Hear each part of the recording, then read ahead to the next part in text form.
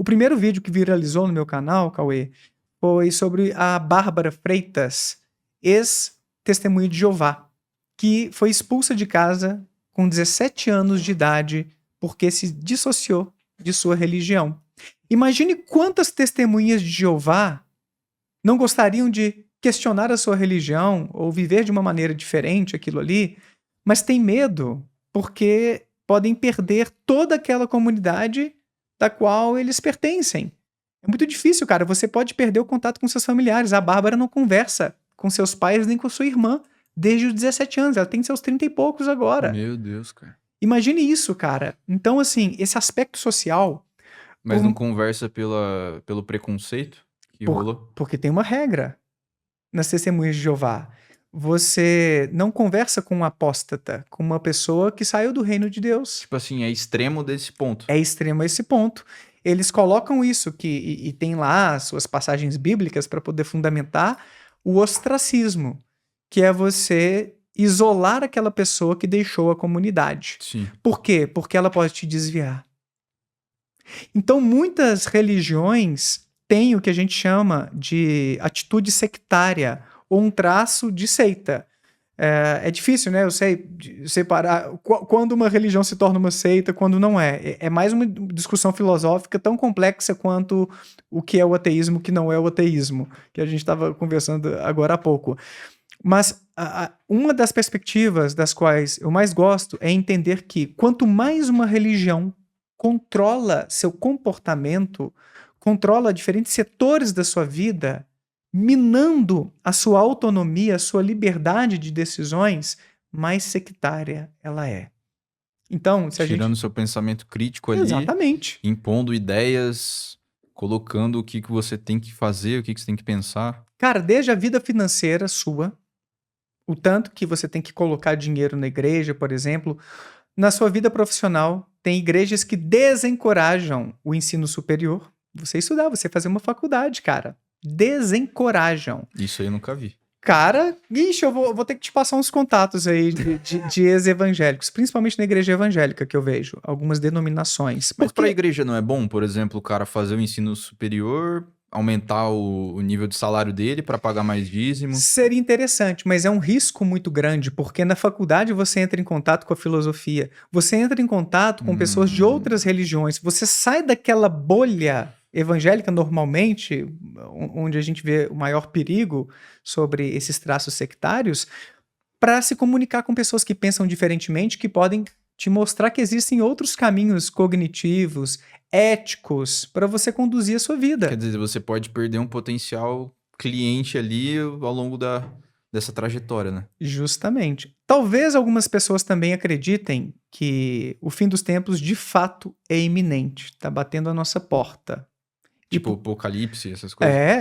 Por que então eu vou fazer uma faculdade, vou ficar lá todo dia, aquela trabalhar inteiro, 4 anos, daqui a pouquinho Jesus está voltando. Já ouvi isso também no meu canal, cara, de ex-evangélicos, que pelo menos alguns líderes utilizam esse tipo de argumento, de gente, Jesus está voltando, vocês têm que se preocupar com a sua vida espiritual. O Vitor Andrade, que eu entrevistei hoje, trouxe justamente esse tipo de exemplo. Interessante, cara. O quanto ele estava muito afim de se dedicar plenamente à vida religiosa dele, porque, cara, por que eu vou perder meu tempo com coisas que não são tão eternas assim, quanto o reino de Deus que daqui a pouquinho vai se instaurar entre nós? Eu quero dedicar minha vida a essa verdade suprema, uma felicidade infindável que vai nos acometer daqui a pouquinho. Isso é construído. Isso vai sendo construído com eles, esse tipo de narrativa e tal. Então existem... Tipo, não vai ser hoje que eu vou chegar na igreja e os caras vão inventar essa narrativa. É bem construída ao longo do tempo. Você pode encontrar em grupos menores, cara. O Léo Martins, amigo meu, pesquisador também em psicologia da religião, ele traz esse tipo de dado a partir de pesquisas que ele fez se infiltrando em alguns desses grupos mais sectários. Cara bom pra você entrevistar depois também. Eu acho que ele produz conteúdo, né? Produz também. O Léo é muito bom, cara. Ele diz o seguinte, tem alguns grupos mais fechados que tem essa estratégia da espiral ascendente de complexidade que ele nomeou. Que é assim, vamos dar para essas pessoas... Isso que a gente tá falando também é da religião protestante, né? Majoritariamente. Agora o que eu tô dizendo já sai um pouquinho disso, já entra em alguns grupos mais espiritualistas e que tem uma pegada mais ufológica, que misturam espiritualidade com ETs. Caramba, manda bala, o que você tava falando? Pausa rápida aqui. Se você assistiu até aqui, considere se inscrever no canal. Isso nos ajuda a trazer convidados cada vez mais incríveis e ter conversas mais interessantes. Então, se inscreva no canal e ative o sino das notificações para não perder nenhum episódio. Então, de volta ao podcast. O conceito da espiral ascendente de complexidade é o seguinte: se você chega pro cara assim na tora e fala, olha, o nosso líder tem um contato direto com os ETs, com os alienígenas, que vão nos salvar daqui a 12 anos, o cara ri nessa cara, vira as costas e nunca mais volta. Mas se você fragmenta isso em um conjunto de etapas, como se fosse uma hierarquia dentro daquele grupo, que não necessariamente é secreto, pode ser mais discreto, você consegue ir trabalhando a mentalidade dessa pessoa para, quando chegar no momento certo, ela acreditar que aquele líder de fato tem algum tipo de contato especial com aquele líder alienígena, extraterrestre. Então pode começar dizendo assim, olha, a ciência vem reunindo indícios ou a possibilidade de que existe vida alienígena, que não estamos sozinhos, olha que legal, e existem pessoas procurando, inclusive cientistas, Carl Sagan tá por aí, né? Daqui a pouquinho tá dizendo, olha, existem OVNIs, objetos voadores não identificados, ou os fenômenos aéreos não identificados, né? FANIs, alguma coisa Mudaram assim. o nome agora. Mudaram o nome, né? E a gente tem tido interesse nessas atividades e vai ter uma atividade ao ar livre na madrugada do dia tal. Vamos com a gente? É uma próxima etapa. E, de fato, existem Tudo certos... orquestrado ali. Sim. Mas não necessariamente de uma maneira maquiavélica. Existem grupos onde as pessoas de fato acreditam nisso, Cauê.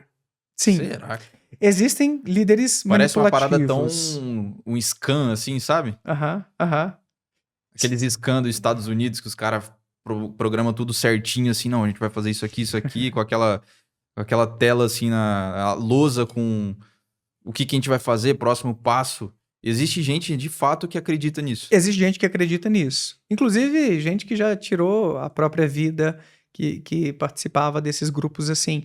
Mas existe gente, sim, que faz de uma maneira mais maquiavélica para te fisgar e ganhar dinheiro em cima disso. Para te explorar mesmo. Eu já escutei uma história lá que... não sei se era um grupo, um cara, enfim. Mas que ele chamava pessoas para grupos, assim, no WhatsApp e tal, alguma coisa assim. Ele falou, mandava... fotos de OVNIs, alguma coisa, sempre nesse esquema, né? Aumentando a escala ali do nível de preocupação das pessoas.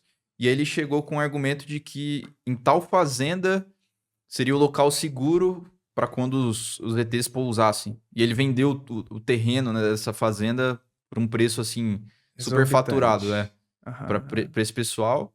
Por fim, o terreno nem era do cara, ele sumiu. Nossa. Golpe. Scam. Golpe espiritual. Existe, cara. Eu não tô aqui dizendo que todo mundo tá só iludido, não. Muitos têm uma consciência de estarem enganando outras pessoas para benefício próprio. E esses são os casos mais graves mesmo. Mas existem casos em que eu acredito... O cara de fato acredita. Eu acredito, cara, que a maioria dos líderes religiosos, das organizações, digamos assim, mais consolidadas, acredita em grande medida no que prega. Eles podem até usar do seu poder, da sua influência para aproveitar financeiramente, sexualmente, de alguns membros. Mas eu acredito que a maioria tem pelo menos algum tipo de fé naquilo que está sendo dito ali, saca? Não é só, eu não acredito em nada disso e tô só tentando explorar. Eu acho essa visão meio simplista. Eu acho mais comum haver... Não, com certeza. Não é? A maioria acredita e alguns acabam se corrompendo no caminho ali e vão fazer algumas coisas erradas e tal. É que nesse quesito dos ETs eu nunca tinha visto isso. Bizarro. Aí a galera mistura, né? Então tem os médiums que estão canalizando ETs e se conectando com espíritos desencarnados de outros mundos e assim por diante. Então tem muitos mix. Aqui o Brasil é um terreno muito rico para essa cultura religiosa. A gente vê muitas misturinhas curiosas por aí. Em geral, você acha que a religião traz mais pontos positivos ou negativos para a sociedade, para o mundo, assim? Cara, eu acho que existem duas questões diferentes. no nível individual e no nível social. No nível individual, em geral, de acordo com as pesquisas em psicologia da religião, o saldo é mais positivo do que negativo. Ou seja, pessoas mais envolvidas com uma religião tendem a ter melhor saúde mental. Ainda que o tamanho do efeito seja bem pequeno. Como assim, tamanho do efeito? Não quer dizer que você vai curar sua depressão começando a ir à missa ou ao terreiro de Umbanda e assim por diante. Você vai ter alguns benefícios pontuais. Doses pequenas de benefício, mas melhor do que não ter essas doses. Embora você possa conseguir esses benefícios em grupos não religiosos, como a gente estava conversando antes. Mas, eu vou te dar um exemplo aqui de um estudo sobre depressão. Está meio desatualizado, é de 2003, um pouco mais de 20 anos, mas sobre depressão eu não me lembro. Teve mais um estudo depois, mas não com um resultado, uma estatística que dê para fazer esse tipo de explicação. Eles encontraram que o envolvimento religioso explica 1% da variação do nosso humor. Ou seja, o quanto você está muito ou menos bem-humorado Muito ou pouco. deprimido, se a gente puder usar esse termo aqui para ficar um pouco mais claro, 1% só vem da religião, 99% vem da sua genética, atividade física, qualidade do sono, satisfação no casamento, no trabalho, até mesmo consumo de café e outras substâncias psicoativas se associam com o nosso humor. Então 1% só vem da religião. Mas e em questão de sociedade mesmo? Aí quando a gente pensa em sociedade, eu acho que também depende do quanto um país, uma nação é secularizada ou secularizado. Ou seja, o quanto há uma divisão clara e saudável entre igreja e Estado. Quanto mais a igreja interfere no Estado, quanto mais as coisas estão misturadas, mais perigosa a coisa fica. Porque se você quer legislar a partir da sua fé, cara, aí você começa a criminalizar a homossexualidade. Tipo o que rolou na Inquisição. Coisas do tipo o que rolou na Inquisição. Você tem um aval do Estado para fazer atrocidades. Então é muito perigosa essa associação entre fé religiosa e política.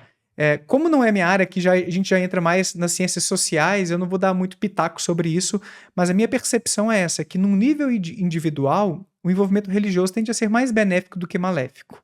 Num nível social, eu acho que quando a gente pensa na sociedade mesmo, em macrocomponentes, eu acho que vai depender de como igreja ou religião e Estado estão misturados, estão ali meio numa relação simbiótica. Mas eu não sou cientista social, assim, não... Mas, tipo, pela sua percepção, você acha que é melhor ou não? O que eu vou te trazer um dado, então, do que eu sei, para talvez dar uma resposta satisfatória a quem tá escutando a gente. Que você é cientista, né? Você não gosta de dar sua opinião nas coisas, cara, né, cara? Eu tento tanto quanto eu posso não ficar palpitando. A não ser que eu fale assim, gente, isso aqui não vem de um estudo científico, é um achismo meu, eu posso estar completamente equivocado e tal, aí beleza, né? Mas ainda assim, cara, eu sou muito cético. Antes de ser ateu, eu sou cético. Então, eu não gosto de me arriscar demais. Sim. Mas eu vou até um ponto aqui que dá para dizer, porque tem estudos mostrando que, olha que interessante, os países mais seguros do mundo, onde a economia funciona bem, saúde, educação, são países menos religiosos. Não estou sugerindo com isso que o problema seja a religião, mas eu não vejo que seja a solução. Não é porque um país é muito religioso que os indicadores de saúde social serão melhores, como esses que eu acabei de ilustrar. Você tem mais corrupção, para dar mais um dado estatístico, mais corrupção em países mais religiosos. Olha que interessante. Mais uma vez, não estou dizendo que a fé leve a essas coisas ruins necessariamente, mas no mínimo mostram pra gente que os melhores países para se morar são os menos religiosos, de forma geral. Vários países europeus, como Suécia, Finlândia, Noruega, Suíça. É muito interessante. Então, existem alguns dados, no mínimo, sugerindo pra gente que não é necessário você ser religioso ou você estar num país muito religioso para você estar numa sociedade boa. Os dados, na verdade, sinalizam o contrário. Os países mais religiosos do mundo são os menos seguros para se morar, em vários aspectos.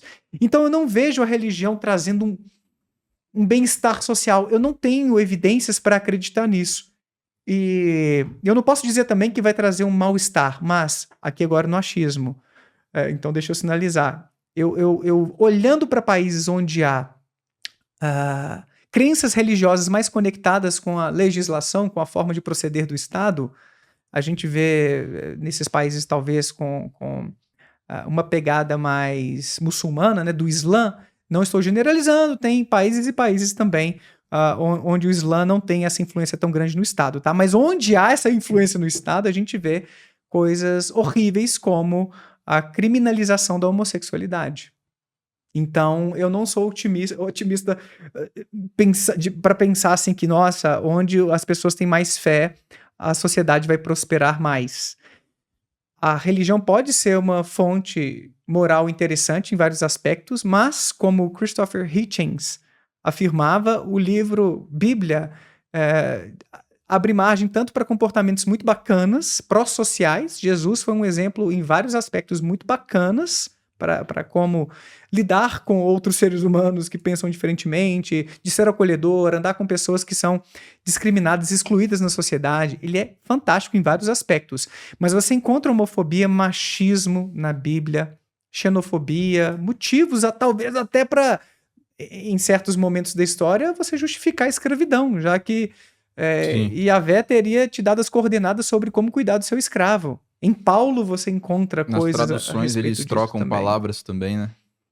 Então eu acho que, embora você possa encontrar coisas legais em várias religiões e o efeito individual tende a ser mais positivo do que negativo, existe margem para muita atrocidade em várias crenças religiosas ou em textos sagrados. E por isso a gente tem que ter cuidado.